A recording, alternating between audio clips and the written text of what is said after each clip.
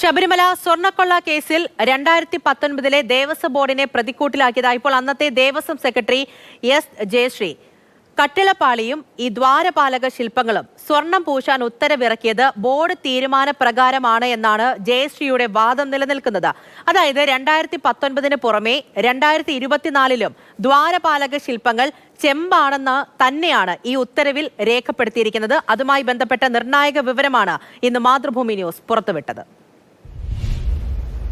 2019 മാത്രമല്ല 2024 ശബരിമലയിലെ സ്വർണ്ണപ്പാളികളുടെ കാര്യത്തിൽ കള്ളക്കളി നടന്നു എന്നതാണ് വ്യക്തമാകുന്നത്. 2024 നവംബർ മാസം 1-ാം തീയതിയാണ് ശബരിമലയിലെ സ്വർണം പൊതിഞ്ഞ പാളികൾ വീണ്ടും അറ്റകുറ്റപ്പണികൾ നടത്താനുള്ള തീരുമാനം തിരുവിതാംകൂർ ദേവസ്വം ബോർഡ് എടുക്കുന്നത്.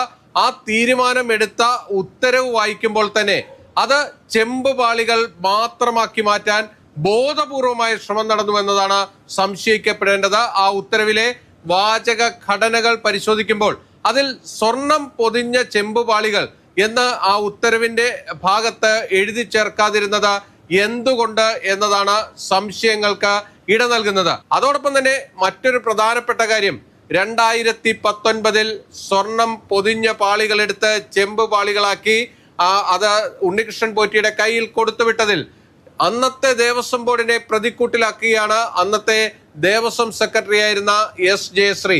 അവർ ഹൈക്കോടതിയിൽ നൽകിയ മുൻകൂർ ജാമ്യാപേക്ഷയിൽ അവർ കൃത്യമായും പറയുന്നുണ്ട്, ബോർഡ് തീരുമാനപ്രകാരമുള്ള കാര്യങ്ങളാണ് താൻ ഉത്തരവായി ഇറക്കിയത്. അതായത് അന്നത്തെ 2019 ദേവസ്വം ബോർഡിന് ഇതിൽ നിന്നൊന്നും ഒഴിഞ്ഞു മാറാൻ കഴിയില്ല എന്നതാണ് വ്യക്തമാകുന്നത്. അതോടൊപ്പം തന്നെ ഈ ദേവസ്വം ബോർഡിന്റെ തീരുമാനത്തിനൊപ്പം കൈമാറാൻ എന്നൊരു വാചകം കൂട്ടിച്ചേർക്കപ്പെട്ടു എന്ന കാര്യം അവർ സമ്മതിക്കുന്നുണ്ട്.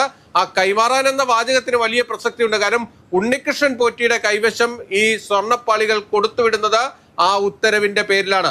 അതിനവർ നൽകുന്ന ന്യായീകരണം എന്നത് ഈ സ്വർണ്ണപ്പാളികൾക്ക് മുമ്പ് കട്ടിളപ്പാളികൾ ഉണ്ണികൃഷ്ണൻ പോറ്റിയുടെ കയ്യിൽ കൊടുത്തുവിടാൻ ദേവസ്വം ബോർഡ് തീരുമാനിച്ചിരുന്നു എന്നതാണ് ആ തീരുമാനത്തിന് ന്യായീകരണമായി അവർ ചൂണ്ടിക്കാണിക്കുന്നത്. പക്ഷേ ഈ കുറ്റകൃത്യത്തിൽ നിന്ന് ജയശ്രീക്ക് ഒഴിഞ്ഞു മാറാൻ കഴിയില്ല. അതുകൊണ്ടാണ് അവരെ ചോദ്യം ചെയ്യാൻ SIT തീരുമാനിച്ചിരിക്കുന്നത്. ഇനി അറസ്റ്റ് നടപടികളിലേക്ക് പോകുമോ എന്നത് വ്യക്തമല്ല. എന്തായാലും 5-ാം തീയതി അടുത്ത ഇന്ററിം റിപ്പോർട്ട്, ഇടക്കാല റിപ്പോർട്ട് SITക്ക് ഹൈക്കോടതിയിൽ നൽകേണ്ടി വരുമ്പോൾ കൂടുതൽ പ്രതികൾ ഈ കേസിന്റെ ഭാഗമായി വരാനും കൂടുതൽ അറസ്റ്റുകളിലേക്ക് പോകാനുമുള്ള സാധ്യതകൾ തന്നെയാണ് നിലനിൽക്കുന്നത്.